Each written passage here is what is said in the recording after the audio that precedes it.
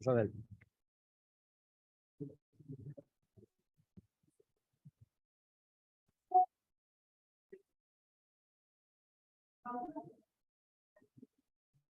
Alors hier, je me suis arrêté à la décision UAP de 1983. C'est une décision du tribunal des conflits. Et le Conseil d'État, le tribunal des conflits, pour la première fois, devait se prononcer sur les critères du contrat conclu entre deux personnes publiques, puisque pour l'instant, nous n'avons vu que des contrats conclus entre une personne publique et une personne privée. Et donc, je vous l'avais dit hier, hein, le commissaire du gouvernement, M. Labetoul, s'est demandé si on pouvait tout simplement appliquer les critères du contrat conclu entre une personne publique et une personne privée au contrat conclu entre deux personnes publiques, c'est-à-dire clause exorbitante, exécution même du service public, et il y a renoncé. Il a renoncé à cette solution parce que il dit la clause exorbitante, on l'avait vu, c'est un peu étonnant, et d'ailleurs la décision du tribunal des conflits de 2014 est un peu revenue sur cette conception, mais enfin, la clause exorbitante, c'est la personne publique qui choisit de l'insérer dans le contrat pour soumettre le contrat à un régime administratif, le régime que je vais voir après. Donc, M. Labetoul dit que quand il y a deux personnes publiques, elles sont en confiance, elles ne mettront pas de clause exorbitante. Donc, c'est un critère qui ne jouera jamais. Or, et le critère de l'exécution même du service public, de la même façon, lui risque de jouer tout le temps, parce qu'on peut supposer que les personnes publiques étant créées pour gérer les services publics, normalement, eh ben, les contrats dans lesquels elles s'associent sont relatifs à l'exécution même du service public. Donc, il dit un critère qui ne joue jamais et un critère qui joue tout le temps, ça ne peut pas être efficace. Donc, il propose de raisonner autrement et il dit on doit présumer donc, que le contrat conclu entre deux personnes publiques est un contrat administratif. C'est bien une règle différente que celle qui vaut pour les contrats entre personnes publiques et privées, puisque, je l'ai dit hier, hein, un contrat conclu par une personne publique avec une personne privée est présumé de droit privé, puisque pour qu'il soit administratif, il faut qu'il y ait des critères. Donc, il est présumé de droit privé. Un contrat entre deux personnes publiques est présumé de droit public. Et cette présomption cédera si le contrat ne fait naître que des rapports de droit privé. Ne fait naître que des rapports de droit privé. Et il donnait l'exemple, M. Labetoul à l'époque, qui n'est plus un exemple valable aujourd'hui, des contrats conclus par les 38 000 communes pour la fourniture d'électricité auprès d'EDF. EDF était un établissement public, maintenant c'est une société, donc c'est un critère qui ne marche plus. Et EDF fournit l'électricité aux communes qui sont des personnes publiques, contrat conclu entre deux personnes publiques. Or, les relations SPIC-usagers d'Anne Bertrand sont des rapports de droit privé. Voilà l'exemple d'un cas célèbre dans lequel la présomption simple va céder. Et je vous disais, donc, aujourd'hui encore, le tribunal des conflits et le Conseil d'État appliquent cette jurisprudence, UAP 83. Ils appliquent cette jurisprudence. Si par exemple, je sais pas, le Conseil d'État doit se prononcer sur un contrat entre personnes publiques aujourd'hui, ben, vous allez retrouver le considérant de la décision UAP. Donc, c'est un arrêt que je pourrais donner en DST, vous voyez ça. J'en sais rien, je n'ai pas encore fait le choix. Et cela étant, tout en rappelant ce considérant de principe, donc comme si les choses n'avaient pas évolué, eh bien, progressivement, le Conseil d'État ou le tribunal des conflits ont réintroduit les critères classiques du contrat administratif, tout en disant, on ne raisonne pas pareil, en principe, le contrat est public, est administratif, sauf s'il pénètre des rapports de droit privé. Mais comment identifie-t-on les rapports de droit privé ou les rapports qui ne font pas céder la présomption? C'est la réintroduction des critères du contrat. Je vous donne un exemple. Par exemple, tribunal des conflits, 7 octobre 1991, tribunal des conflits, 7 octobre 1991, CROUS, CROUS, Centre régional d'œuvres universitaires et scolaires, le CROUS, de l'Académie de Nancy-Metz, CROUS, CROUS, de l'Académie de Nancy-Metz. Et donc, le CROUS, comme vous le savez sans doute, est chargé de mission d'un établissement public et le CROUS est chargé de mission auprès des étudiants, restauration et hébergement. Trouver des logements. Le CROUS de Nancy-Metz, le CROUS n'avait pas suffisamment de logements pour loger les étudiants demandeurs. Le CROUS de l'Académie de Nancy-Metz n'avait pas suffisamment de logements pour loger les étudiants qui cherchaient un logement étudiant.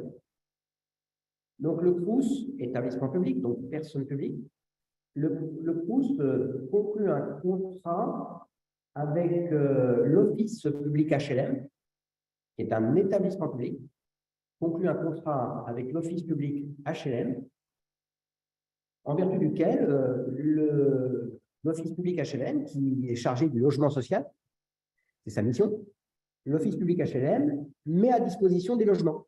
Et voilà, nous, on n'a pas une demande de logement suffisante, on a plus de logements que de demandes, et donc on vous met à disposition, CROUS, vous qui avez besoin de logement, mise à disposition de logements. Eh bien, le tribunal des conflits juge que le contrat conclu entre ces deux personnes publiques, donc le tribunal des conflits juge que le contrat conclu entre ces deux personnes publiques est un contrat administratif parce qu'il est relatif à l'exécution du service public. Il est relatif à l'exécution du service public. C'est un contrat qui va permettre au CROUS d'accomplir sa mission de service public. Donc, critère de l'arrêt Coubertin, vous voyez.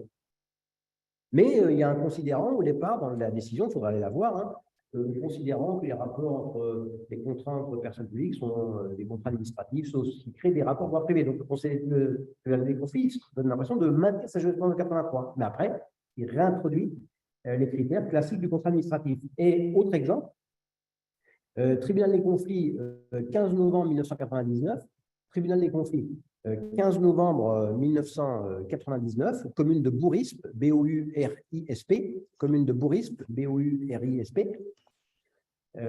Dans cette affaire, donc c'est un contrat relatif à la vente d'un terrain. Donc c'est un contrat relatif à la vente d'un terrain entre deux personnes publiques. Il y a une personne publique qui vend un terrain à une autre pour, je crois, agrandir la station de sport d'hiver, qui est propriété d'une des communes et veut agrandir la station qui touche le territoire de la commune voisine, donc elle demande à la commune voisine de lui vendre un terrain. Ce qu'elle fait. Donc le contrat est conclu entre deux. Il y a un problème. Il y a quelqu'un qui. Voyez de venir, il y a un monde fou. Oui, il peut regarder ça, c'est bien. Oui, je suis là. Et donc, le tribunal des conflits juge que le contrat. Des grands gestes. Des grands gestes pour enlever et remettre les lunettes. C'est sûr que comme ami viendrait. Donc, savoir si je coupe, est-ce qu'ils vont m'entendre? Peut-être pas. Hein. Ils vont râler. Oui, non, ça doit être bon. Et donc, le tribunal des conflits juge que le contrat est administratif parce qu'il comporte des clauses exorbitantes du droit commun. Réintroduction donc, du critère granit, des porphyroïdes, des Vosges.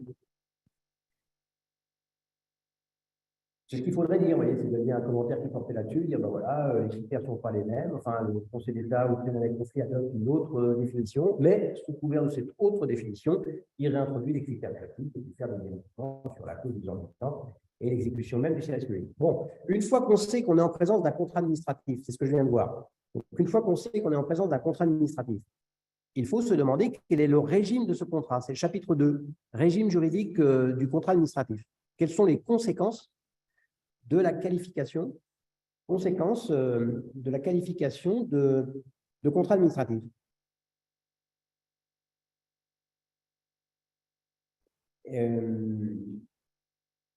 Ça y est, j'ai mis le fil de discussion. Hein. Tout à l'heure, monsieur réagissait parce qu'il n'avait pas la date de l'arrêt, donc ça y est, là, je vois. Alors, donc une fois qu'on sait qu'on est en présence d'un contrat administratif, puisque la personne publique, je vous le rappelle, hein, conclut des contrats de droit privé, c'est le principe, mais elle conclut aussi des contrats administratifs que je viens de définir. Donc, une fois qu'on sait qu'on est en présence d'un contrat administratif, pas d'un contrat de droit privé, eh bien, il y a des conséquences juridiques. Il y a un régime juridique. Il y a un régime juridique. C'est un régime juridique, ce régime juridique que je vais voir en 2 points, ce régime juridique résulte de la définition, donc ce régime juridique résulte de la définition du contrat administratif. Ce régime juridique résulte de la définition que je viens de donner du contrat administratif. Pour faire simple, hein, si on résume tout le chapitre 1er, le contrat administratif est un contrat, donc le contrat administratif est un contrat qui est conclu pour l'intérêt général, dans un but d'intérêt général.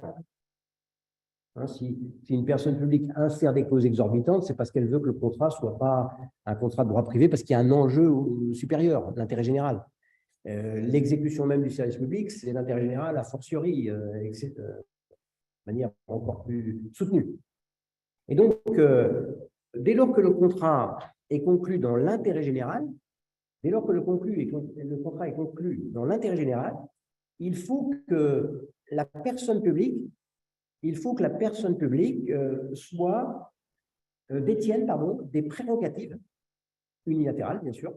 Il faut que la personne publique donc, détienne des prérogatives pour faire prévaloir cet intérêt général. Il faut que la personne publique détienne des prérogatives pour faire prévaloir cet intérêt général. C'est ce que je vais voir dans la section 1, les prérogatives de la personne publique. Et puis, dans une section 2, je verrai que parce que le contrat est conclu dans un but d'intérêt général, eh bien, à certaines conditions, la personne publique contractante doit aider son co-contractant qui rencontre des difficultés. Donc, à certaines conditions, que je vais voir, il y a plusieurs jurisprudences, la personne publique contractante doit aider son co-contractant qui rencontre des difficultés. Ce n'est pas simplement une affaire financière. Le co-contractant, il a passé le contrat, lui, pour gagner de l'argent. Mais le contrat est passé dans un but d'intérêt général. Donc, s'il rencontre des difficultés, il faut que la personne publique l'aide pour assurer l'intérêt général, pour préserver cet intérêt général. C'est ce que je verrai donc, dans la section 2. Je commence par la section 1, les prérogatives de la personne publique. Section 1, les prérogatives de la personne publique. Le Code civil dispose, c'est l'article 1134, donc le Code civil dispose que les conventions tiennent lieu de loi, à ceux qui les ont faites. Article 1134 du Code civil, les conventions tiennent lieu de loi à ceux qui les ont faites. Et en droit administratif, ce principe ne peut pas s'appliquer de manière absolue.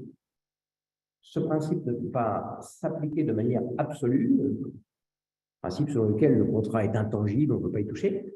Ce principe ne peut pas s'appliquer de manière absolue parce qu'il faut, dans certains cas, faire prévaloir l'intérêt général.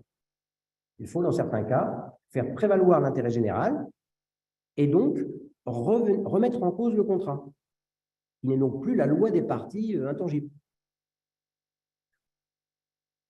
Et donc, la personne publique détient un certain nombre de prérogatives, 3 prérogatives, qui feront l'objet des 3 paragraphes. La personne publique donc détient 3 prérogatives pour faire prévaloir l'intérêt général. Elle a un pouvoir de résiliation unilatérale du contrat, que je verrai dans le paragraphe 1er, pouvoir de résiliation unilatérale. Le contrat n'est pas la loi des parties, puisque la personne publique peut le résilier de manière unilatérale. Elle a le pouvoir de le modifier de manière unilatérale. Et elle a également, ce sera plus rapide, un pouvoir de sanction. Résiliation, modification du contrat unilatéral, sanction si le co-contractant ne respecte pas ses obligations, alors même que le contrat ne prévoit pas de sanction. Avant même d'entrer dans ces 3 paragraphes, il faut se demander est-ce que la personne publique peut librement contracter?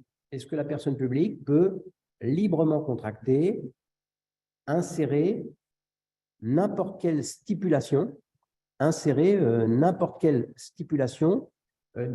le contrat? Est-ce que la personne publique peut librement contracter et donc insérer n'importe quelle stipulation dans le contrat? C'est la question de l'ordre public. C'est la question de l'ordre public. Est-ce qu'il y a un ordre public et donc des stipulations interdites? C'est une question qui se pose en droit civil. Une question qui se pose en droit civil. Vous avez plusieurs articles. Par exemple, l'article 6 du Code civil dispose qu'on ne peut déroger. On ne peut déroger par des conventions particulières. Article 6 du Code civil. On ne peut déroger par des conventions particulières aux lois qui intéressent l'ordre public et les bonnes mœurs. Aux lois qui intéressent l'ordre public et les bonnes mœurs. Il y a d'autres articles. Article 1102, la liberté contractuelle ne permet pas de déroger aux règles qui intéressent l'ordre public. Et puis on peut citer aussi l'article 1162. Alors, il y a eu des auteurs, des civilistes qui ont réfléchi à cette notion d'ordre public. On a les définitions du Code civil, mais après, il faut donner un contenu. Et il y a une thèse classique de quelqu'un qui était professeur à Paris 2, qui est mort il y a 3-4 ans. Enfin, il est mort pendant le Covid, qui est M. Mallory, Philippe Mallory, qui était très longtemps professeur à Paris 2, et qui a consacré sa thèse en 1953 à l'ordre public et le contrat. L'ordre public et le contrat. C'est un auteur de manuel de droit civil, il a pratiquement couvert tout le droit civil, et ça a été repris par Laurent Elnès.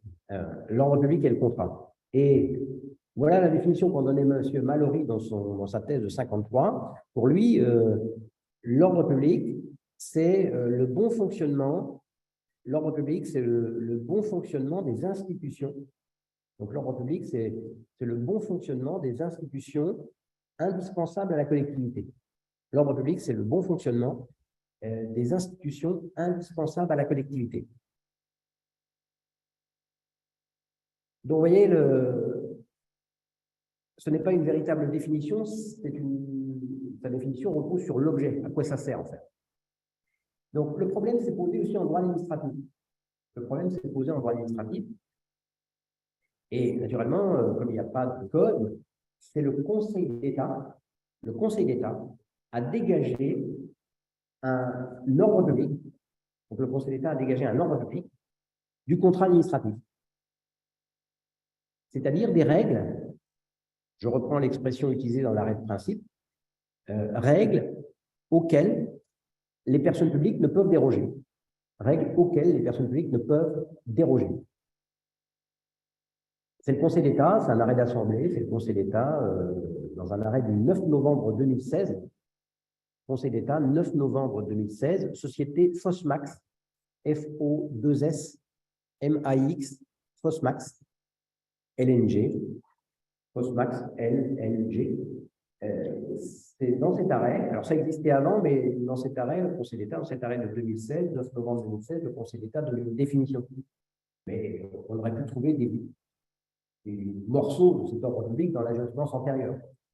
Et donc, dans cet arrêt, le Conseil d'État donne un certain nombre de règles auxquelles les parties ne peuvent pas déroger. Si le contrat comporte une telle règle prohibée, ben, le contrat est nul, illégal. La personne publique ne peut pas y déroger. Exemple, alors il y en a qu'on va retrouver. Par exemple, l'interdiction de consentir des libéralités. L'interdiction de consentir des libéralités.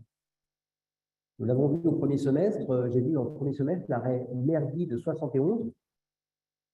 Quand une personne publique conclut un contrat de transaction pour arrêter un litige, mettre un terme à un litige, elle a le droit, dans certains domaines en tout cas, mais il y a des conditions. Et notamment, la personne publique, ça résulte de l'arrêt Mergui, la personne publique ne peut pas consentir à payer une somme qu'elle ne doit pas.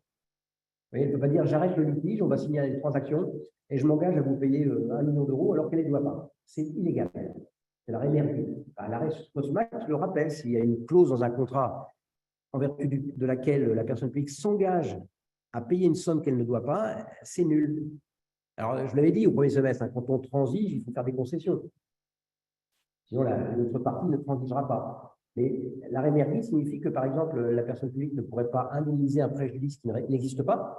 Elle dit, je vais vous accorder 50 000 euros pour le préjudice moral, il n'y a pas de préjudice moral, ça c'est illicite, ou accorder une somme disproportionnée. Il y a un préjudice moral, mais il est de 50 000, on ne peut pas accorder 200 000. Mais après, si c'est 60 000 plutôt que 50 000, ça fait partie de la transaction. Autre clause illicite, autre élément de l'ordre public. Les biens des personnes publiques sont, les biens du domaine public, pardon, les biens du domaine public sont inaliénables. Un bien qui est affecté au service public, propriété d'une personne publique, ne peut pas être vendu. Inaliénable. Et ainsi, dans un contrat, la collectivité vend un bien du domaine public, c'est une clause nulle. Les biens du domaine public sont inaliénables. Autre exemple, renoncer à des prérogatives contractuelles, celle que je vais voir dans les 3 paragraphes. Renoncer à des prérogatives contractuelles. La personne publique s'engage à ne pas modifier le contrat. C'est une garantie pour notre partie. Je vous rassure, hein, on passe un contrat, ça sera vraiment la loi des parties, je ne le modifierai pas. C'est une clause nulle, puisque, je vais le voir, la personne publique a comme prérogative, même si le contrat ne la prévoit pas, même si le contrat l'exclut, le pouvoir de modifier, la personne publique peut modifier unilatéralement. Et alors, donc vous voyez, l'arrêt Foxmax donne ces exemples, mais on peut en donner d'autres. Par exemple, une clause qui prévoirait l'arbitrage, le recours à l'arbitrage, serait nulle, puisque nous avons vu que, sauf exception, la personne publique ne peut pas recourir à l'arbitrage. La personne publique ne peut pas recourir à un juge privé, à un arbitre. Sauf si la loi l'a prévu, c'est le cas pour les grandes entreprises publiques, parfois c'est prévu. Mais normalement, l'État ou une collectivité territoriale ne peut pas recourir à l'arbitrage. J'avais cité notamment un avis du Conseil d'État de 86 à propos de l'Euro Disney. Voilà donc les dispositions d'ordre public. Un dernier exemple pour la route. On peut citer un arrêt du Conseil d'État du 11 juillet 2001. Conseil d'État 11 juillet 2001, Société des eaux, pas les eaux, hein, les eaux UX du Nord, Société des eaux du Nord.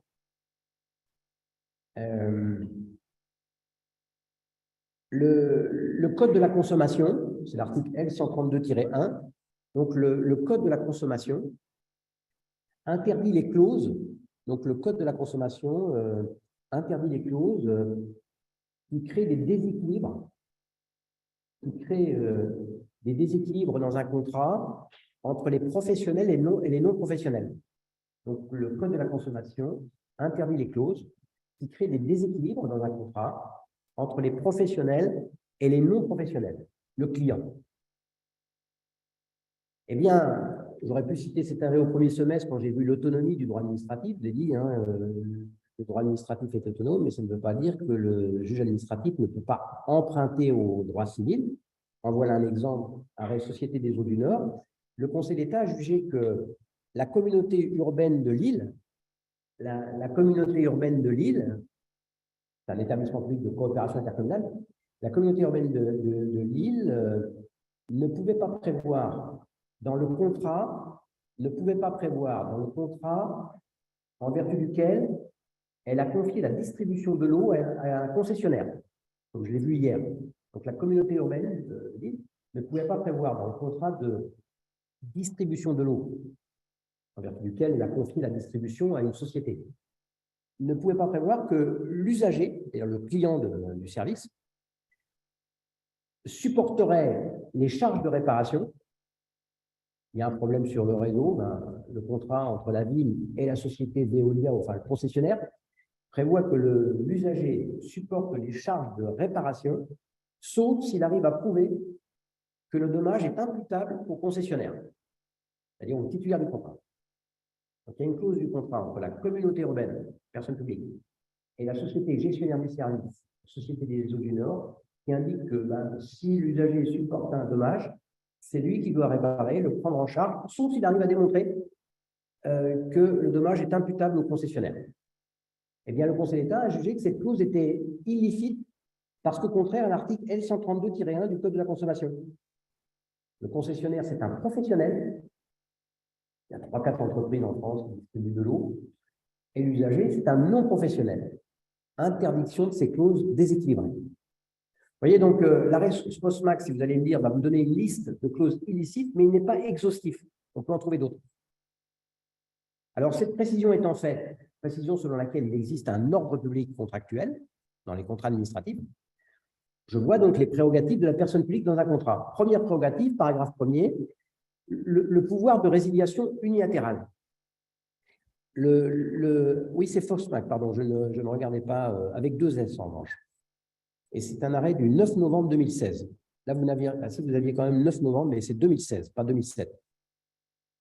Voilà. Et donc, pouvoir de résiliation unilatérale.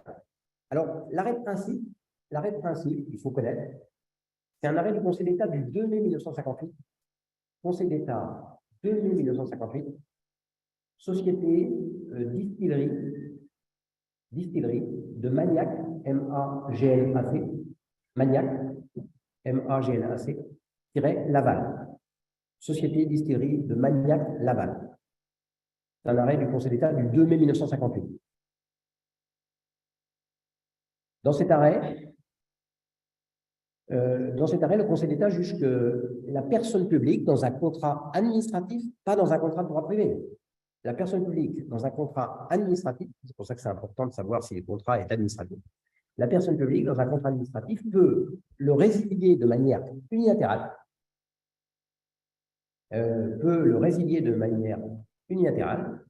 en vertu des règles applicables au contrat administratif.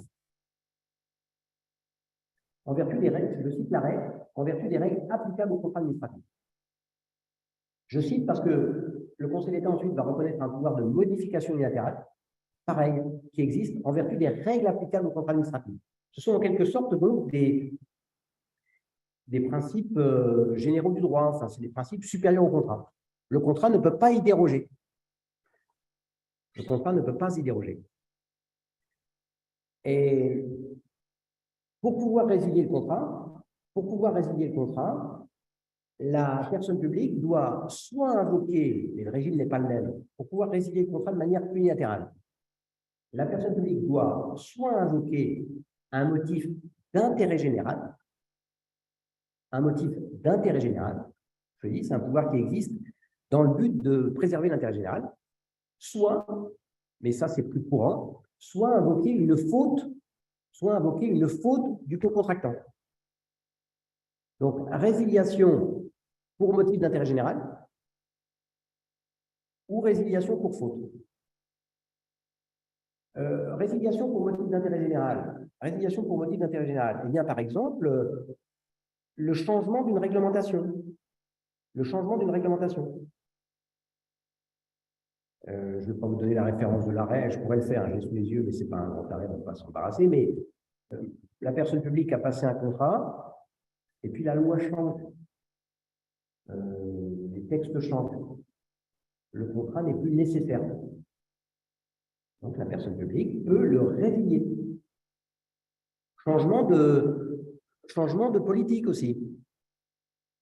Et par exemple, il y a quelques années, j'avais vu un débat entre des candidats à une mairie d'une ville moyenne, hein, c'était à Reims, et il y avait une opposition entre le maire sortant et son adversaire. Et il y avait, comme c'est le cas maintenant depuis une vingtaine d'années, donc le maire sortant avait décidé donc, de construire un tramway. Donc, il a passé un contrat avec une société qui est chargée de construire le tramway et puis de l'exploiter, de se rémunérer sur les tickets, ceux qui prennent le tramway. Et son adversaire indiquait que s'il était élu, il renoncerait à ce projet. Il renoncerait à ce projet. Eh bien, il avait raison, c'est juridiquement possible. Une nouvelle majorité est élue, elle privilégie les transports par bus plutôt que le tramway, elle peut résilier le contrat relatif à l'exploitation et à la construction d'un tramway. C'est un motif d'intérêt général. Cela étant, ça c'est une grande facilité qui est donnée à la personne publique, cela étant, lorsqu'il y a résiliation pour un motif d'intérêt général, donc lorsqu'il y a résiliation pour un motif d'intérêt général, eh bien, le co-contractant a droit à une indemnité. Le co-contractant a le droit à une indemnité. Indemnité qui correspond aux investissements qu'il a déjà réalisés, et même, et ça c'est redoutable, c'est pour ça que la personne publique n'en abuse pas, et également indemnisation qui peut intégrer le manque à gagner. Le manque à gagner. C'est-à-dire ce qui a justifié que la personne, l'entreprise, conclut le contrat. Quand Veolia passe un contrat pour la distribution de l'eau, c'est pas parce qu'elle a le goût de la distribution de l'eau, même si elle le dit dans ses pubs, c'est pour dégager un bénéfice sur la durée du contrat. Voyez. Et donc, quand la personne publique résilie le contrat, non seulement les investissements doivent être déjà réalisés, doivent être indemnisés, mais également le manque à gagner. C'est-à-dire que, en fait, la résiliation peut ne pas avoir existé pour l'entreprise, puisqu'elle a passé le contrat pour gagner. Cela étant, le contrat, là, ce n'est pas d'ordre public, le contrat peut exclure l'indemnisation du manque à gagner. Ça peut être dit, ça, dans le contrat. C'est une négociation. Vous voyez, par exemple, il y a quelques années, là, ça commence à dater, mais on en parle encore de temps en temps, l'État avait depuis des années un projet de construction d'un aéroport à Nantes, à Notre-Dame-des-Landes. Le gouvernement, en 2017, devant l'opposition, a abandonné le projet, l'aéroport de Notre-Dame-des-Landes, et le gouvernement a saisi le Conseil d'État pour donneur d'avis. Le Conseil d'État conseille du gouvernement sur les conséquences de cette résiliation. Le Conseil d'État, alors je n'ai pas l'avis sous les yeux, le Conseil d'État a jugé qu'effectivement, le gouvernement pouvait résilier le contrat relatif à la construction de l'aéroport et à son exploitation, contrat conclu avec Vinci. C'est possible, arrêt distillerie Magnac-Laval. Il y a un pouvoir de résiliation unilatérale parce que les gouvernements d'avant voulaient le développement des aéroports, notamment en Bretagne. Le gouvernement actuel, dans le Nord, c'est pas forcément avoir attention à ça.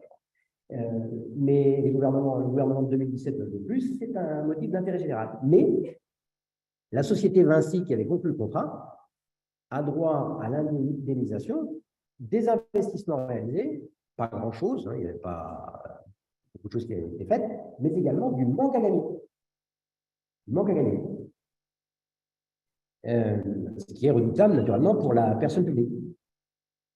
La résiliation, d'ailleurs, la résiliation fondée sur un motif d'intérêt général,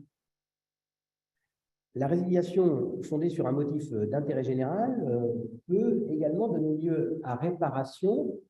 La résiliation pour motif d'intérêt général peut également donner lieu à réparation pour un tiers au contrat. Je donne un exemple, c'est un arrêt de la Cour administrative d'appel de Versailles. Cour administrative d'appel de Versailles. Oui, quelqu'un me pose la question. Ça vaut également pour les contrats conclus entre deux personnes publiques. La différence, c'est que dans un contrat entre deux personnes publiques, les deux co-contractants ont le pouvoir de résiliation.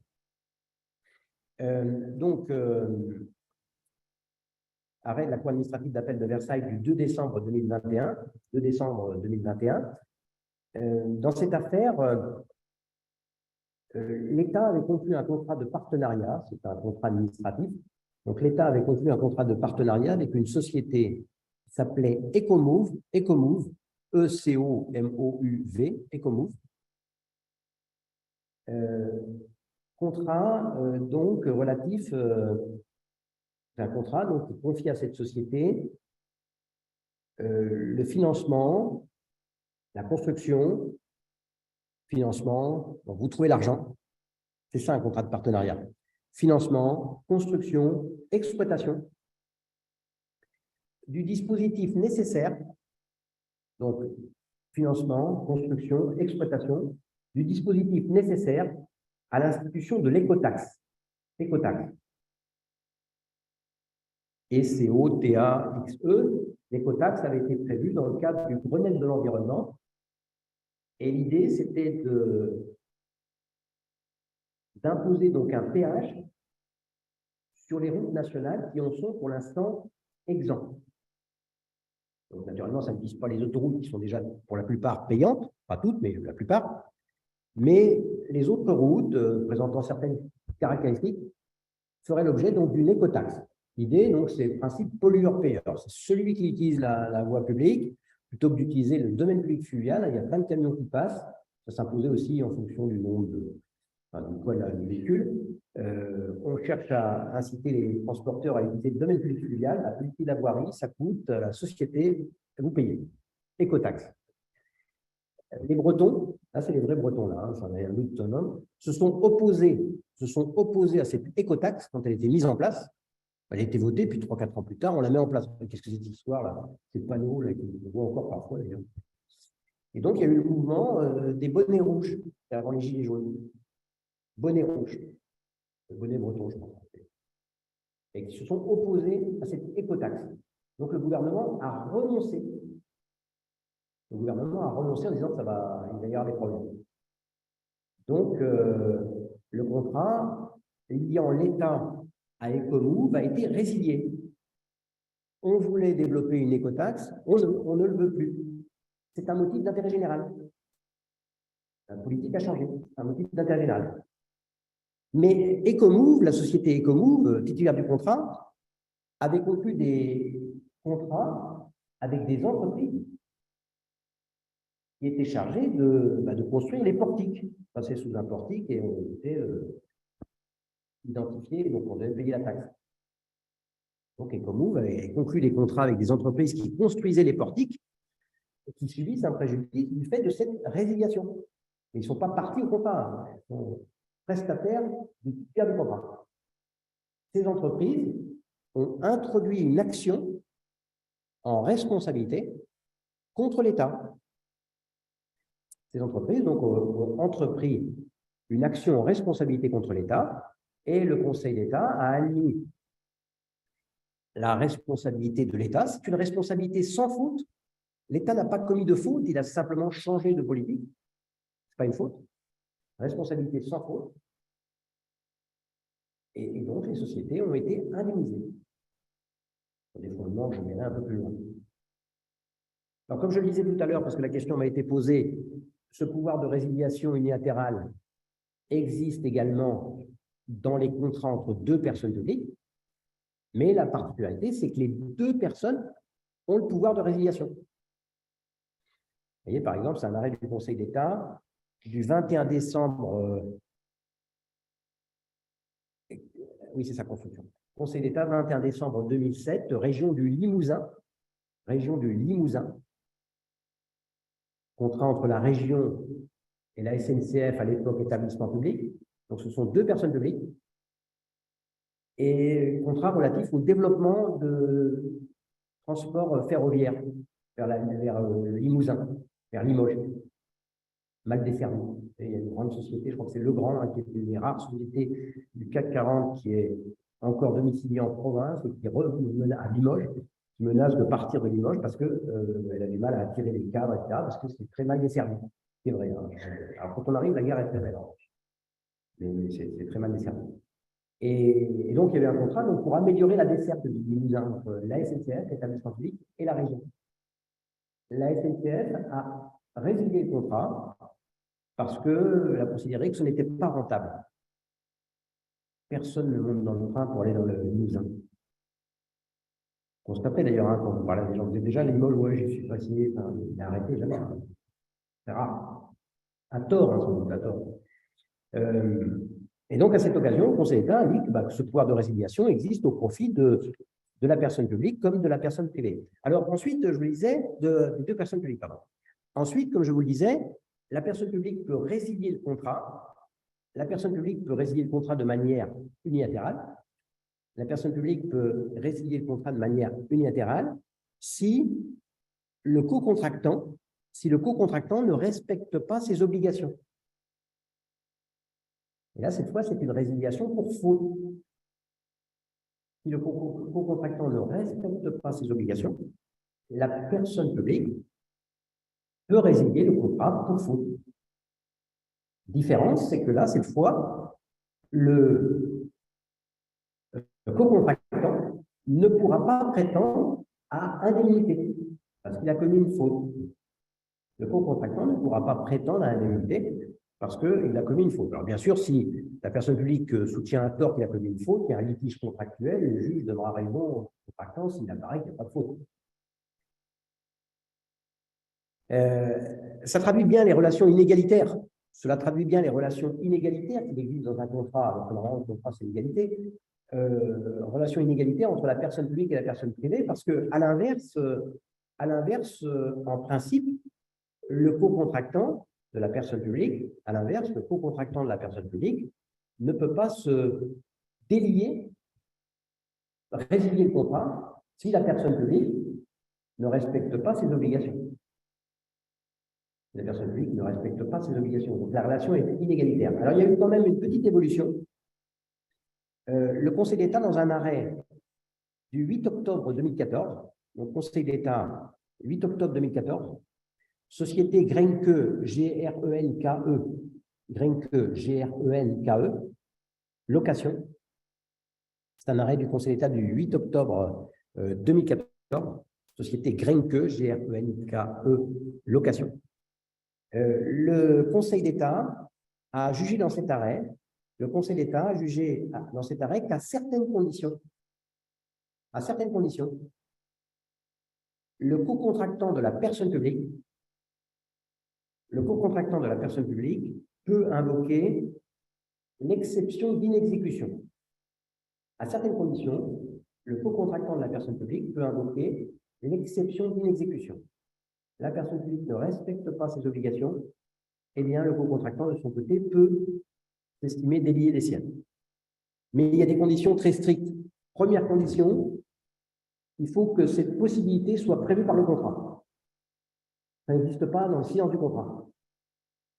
Il faut que le contrat dise, attention, si la personne publique ne respecte pas ses obligations, le co-contractant sera autorisé à ne pas exécuter les siennes. Si ce n'est pas prévu, ça ne marche pas.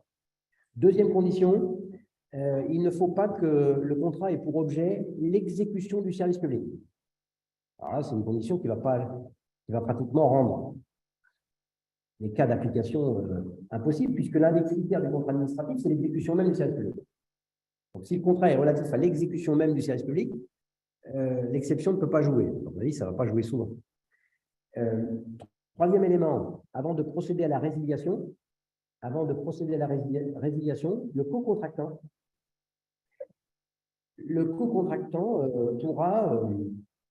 devra avertir la personne publique. Attention, vous ne respectez pas vos obligations, sachez que je m'autorise à résilier le contrat pour ce motif. Et dernier élément, la personne publique pourra s'opposer à la résiliation. Elle a été prévenue. La personne publique pourra s'opposer à la résiliation en invoquant un motif d'intérêt général. Je sais, je n'ai pas respecté mes obligations, mais le contrat est nécessaire à des usagers qu'on ne peut pas priver de la prestation. Je vous demande donc de ne pas résilier. À mon avis, ça ne va pas fonctionner très, très souvent. Alors, paragraphe 2, le pouvoir de modification unilatérale. Paragraphe 2, le pouvoir de modification unilatérale, c'est la deuxième prérogative des personnes publiques dans un contrat administratif. Non, non, c'est cumulatif, mademoiselle. Les 4 éléments sont cumulatifs. Alors, paragraphe 2, le pouvoir de modification unilatérale. Ce pouvoir de modification unilatérale a été plus contesté. Ce pouvoir de modification unilatérale de la personne publique a été plus contesté que le pouvoir de résiliation. Autant le pouvoir de résiliation a été facilement admis, le pouvoir de modification unilatérale a été plus contesté. Il y a un auteur qui était vraiment la référence en droit administratif dans les années 60, 70, M. Delobadère, André Delobadère, il est mort en 83-84. LAUBADRE, il est notamment l'auteur, le co-auteur d'un traité des contrats administratifs, des références.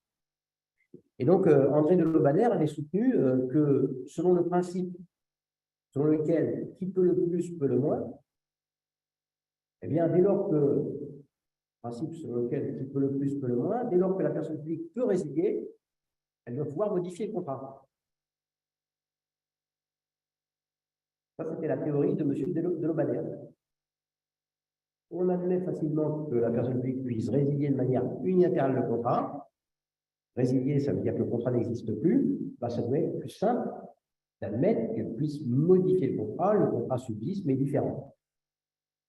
À cela, certains auteurs se sont opposés à cette démonstration.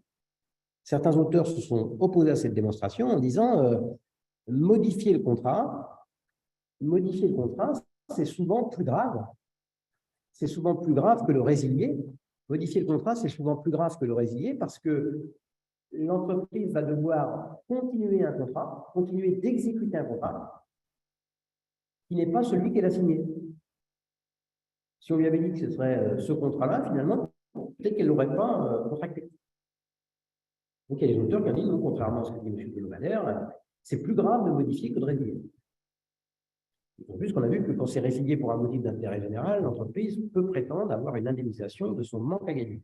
Donc, elle a satisfaction. Alors, il y avait eu des controverses sur ce pouvoir de modification parce que certains soutenaient que, en vertu d'un arrêt du Conseil d'État du 21 mars 1910, qui est toujours dans le Gaja, d'ailleurs, Conseil d'État 21 mars 1910, Compagnie Générale Française des Tramways, il y a beaucoup de tramways dans cette affaire.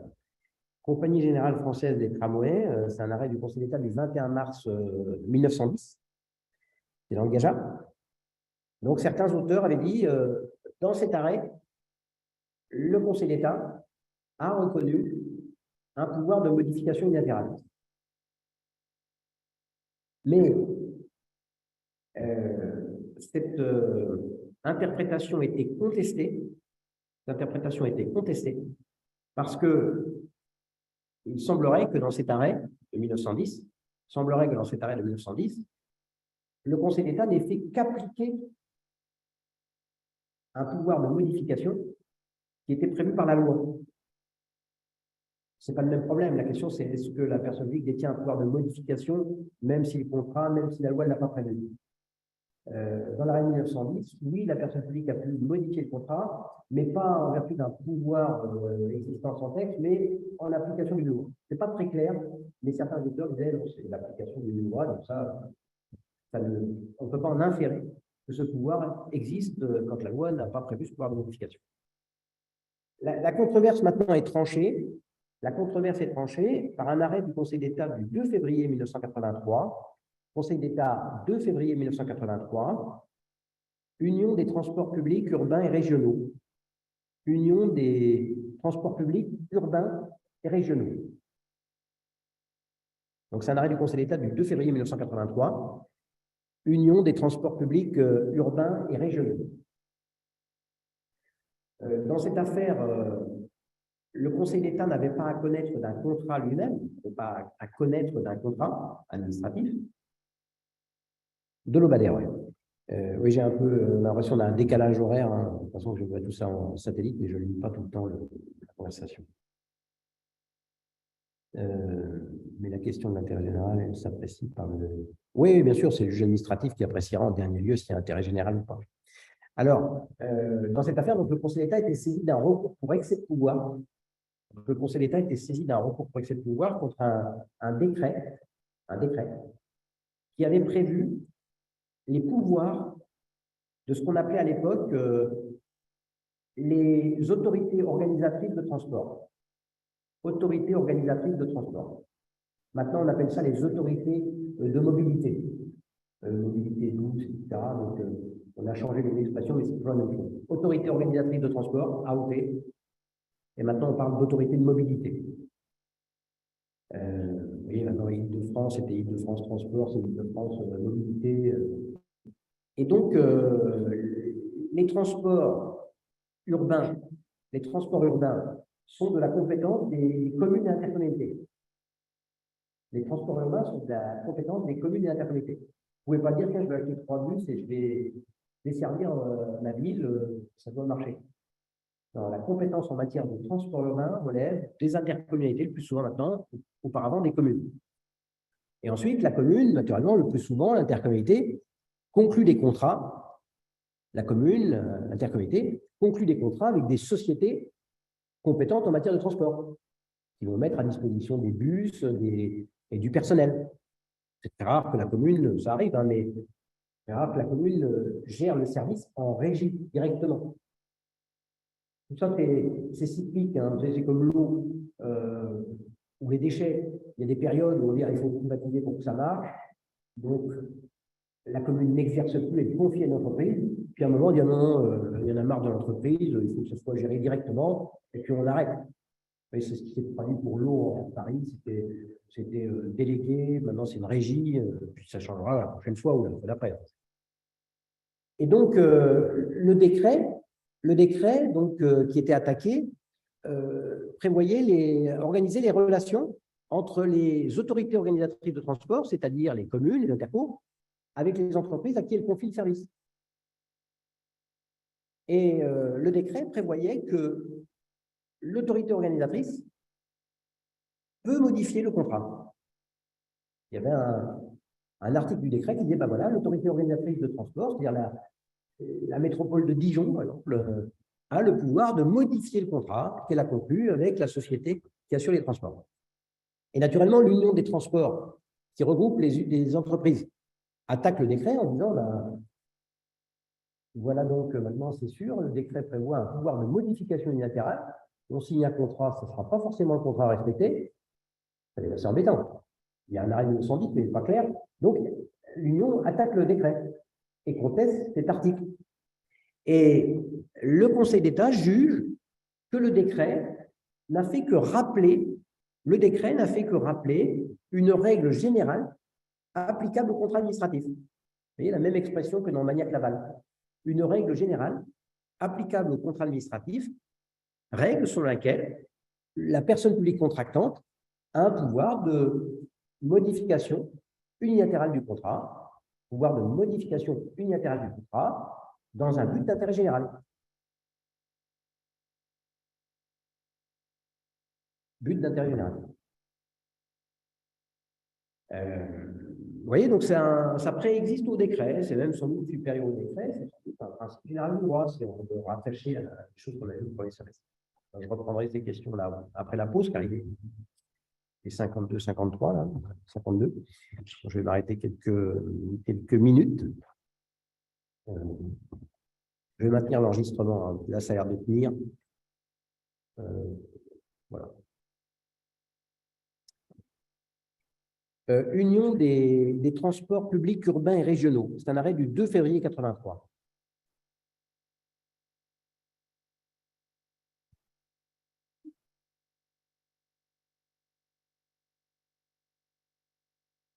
Il y a une demoiselle tout à l'heure qui m'a demandé… Alors, c'est vrai que hier, il y a une demoiselle qui m'a posé une question à propos d'une administration. J'ai dit enregistrement, c'est plutôt publicité foncière. Je ne sais pas si la demoiselle est en distanciel. Je croyais l'avoir vu là tout à l'heure, mais ce n'est pas elle. C'est publicité foncière. Par ailleurs, il y a une étudiante tout à l'heure qui m'a demandé à voir sa… Oui, bonne nouvelle. On va peut-être y aller maintenant, non? Il y a des gens qui restent ici, là, je laisse mon.